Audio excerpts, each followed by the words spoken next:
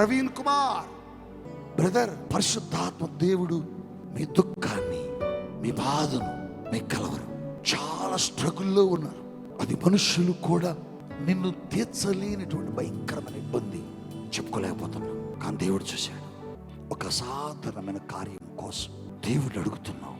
దేవుడి సన్నిధిలో కూర్చొని ప్రభు అంటున్నారు, నువ్వు ఆశించిన దానికంటే, నువ్వు ఎక్స్పెక్ట్ చేసిన దానికంటే గొప్ప అద్భుతం నీ జీవితంలో దేవుడు చేయాలి. ఏమైనా చెప్పగలరా మీరు? ఏమిటి మీ హృదయంలో ఉన్న ఆశ, ఆలోచన? ఆర్థిక ఇబ్బందులు. దేవుడు అంటున్నాడు, నా చేతులతో నీకు ఒక ధనాన్ని ఇమ్మంటున్నాడు. ఆ ధనం నీ చేతికి ఇస్తానే. మీ కథ మొత్తం మారిపోబోతుంది. ఆమేన్. నువ్వు అప్పు ఇచ్చు వాడిగా అప్పు ఇచ్చు వాడిగా చేయబోతున్నాడు. పరిశుద్ధాత్ముడు నీ చేతిని తాకబోతున్నాడు. నా చేతితో నీకు ఒక ధనం ఇస్తున్నా.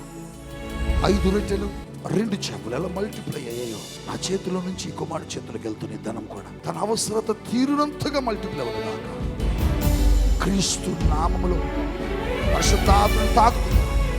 Touch Glory, Savior, power of the Holy Ghost, power of the Holy Ghost. God bless you, brother.